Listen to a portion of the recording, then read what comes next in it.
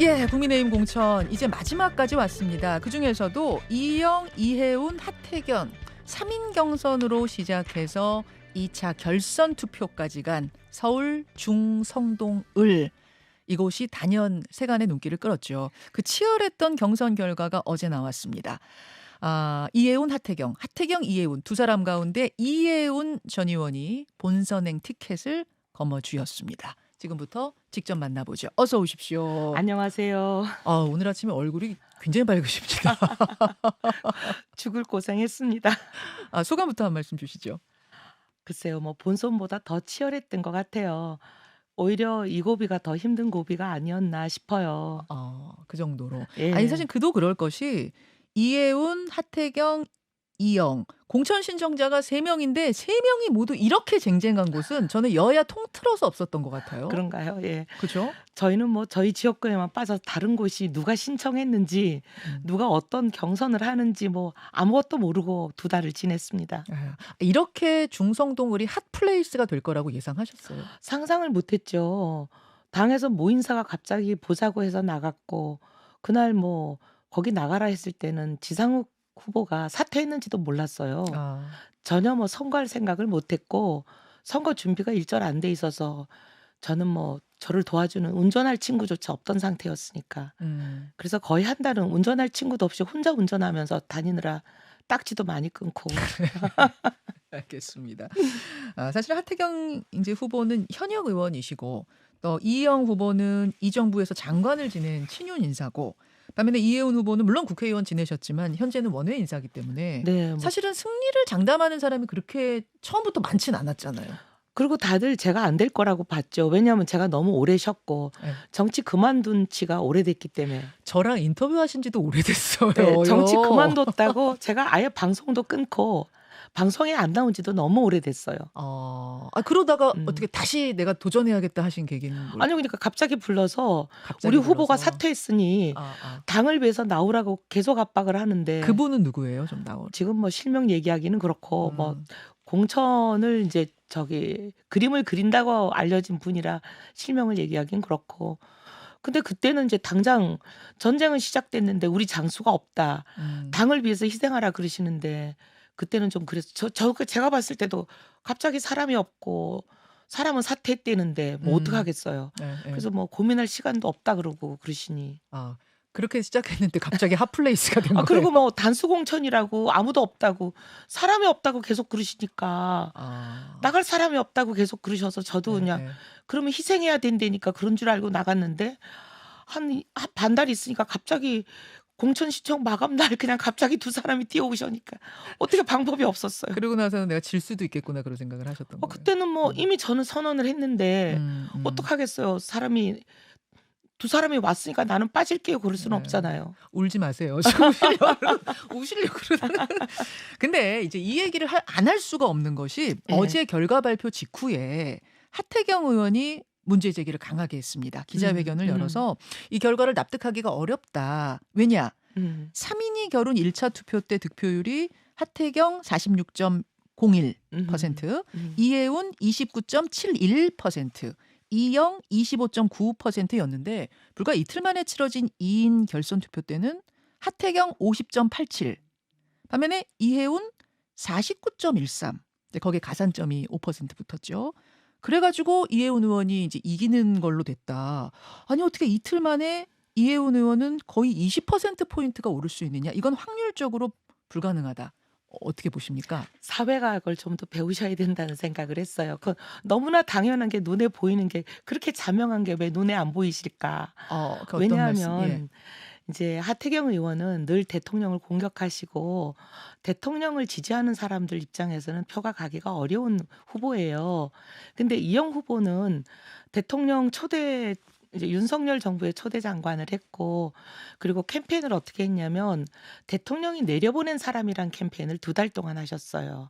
그러니까 많은 대통령을 지키고 싶어하는 우리쪽 유권자들이 이영 후보를 지지했죠.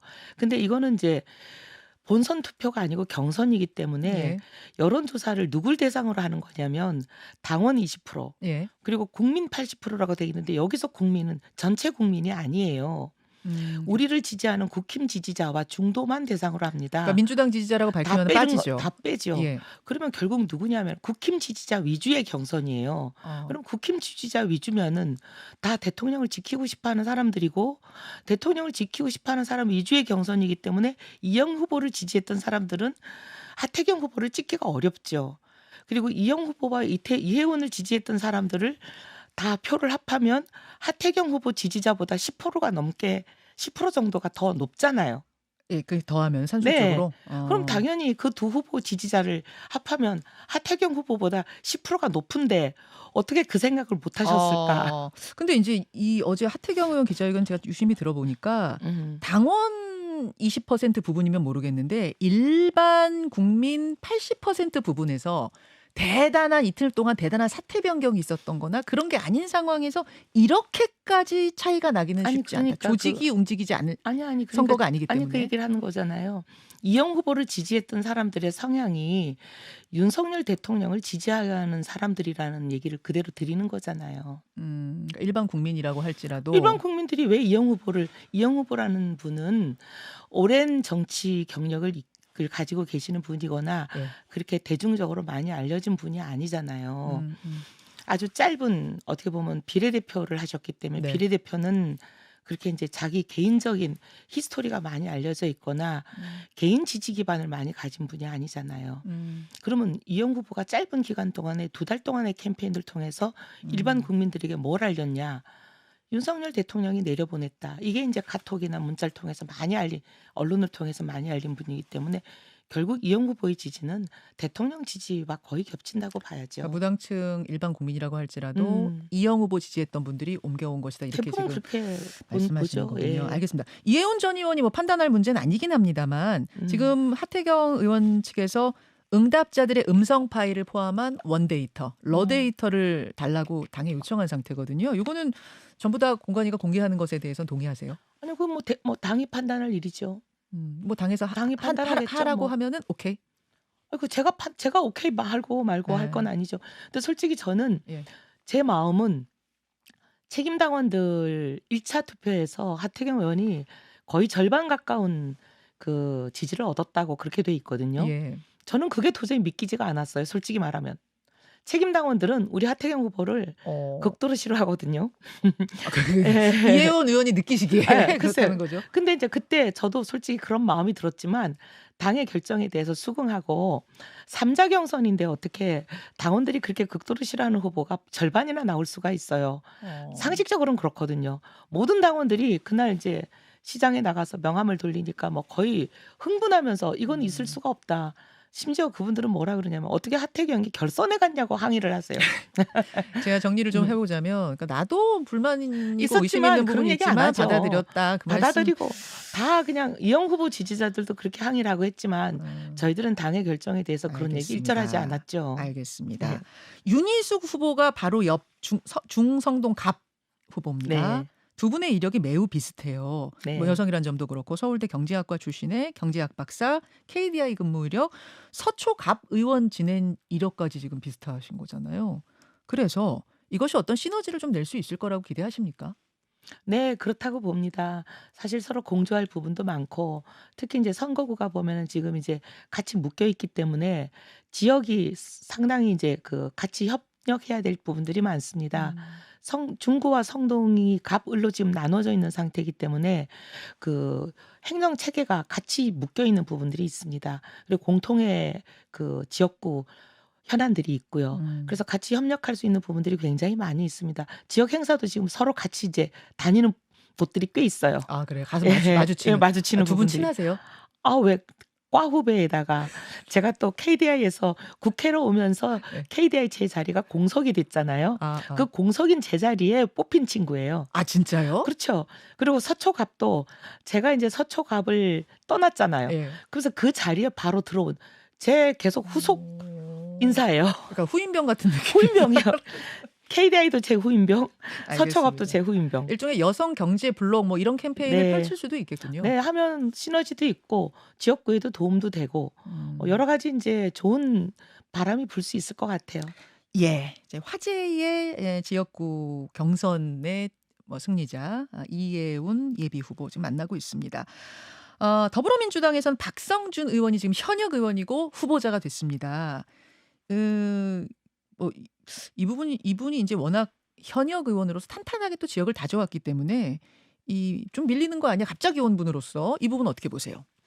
지역에 다니면 본 적이 없다는 얘기를 수없이 들어요. 지역을 별로 다니실 것 같지는 않아요. 중앙 정치에 많이 집중하셨던 것 같아요. 그래서 지역 현안 챙기지 않았다는 얘기를 많이 듣고 저도 사실 그래서 이제 여러 가지 찾아봤는데 지역 예산을 따오신 거나 지역 현안 관련한 법안 발의하신 걸 제가 못 찾겠더라고요. 그래서 좀 지역에 그렇게 탄탄하게 다지신 것 같지는 않습니다. 요거는 박성준 의원 인터뷰도 또 할 거거든요. 네, 그러세요. 거기도 또 제가 네, 네. 양쪽으로 크로스 체크 해보기로 하고 판세가 좀 궁금해요. 지금 뭐 격전지 판세들이 쭉 나오곤 있습니다만 사실은 국민의힘이 지난 총선에서는 서울 수도권 대패 아닙니까? 그리고 특히 여기 중구 성동구를 저희가 졌던 지역이죠. 네. 그래서 녹록지 않은 지역은 맞습니다. 근데 이제 제가 그래도 호소하고 싶은 것은 중구 성동구리 지역 현안이 상당히 경제 현안이 많습니다.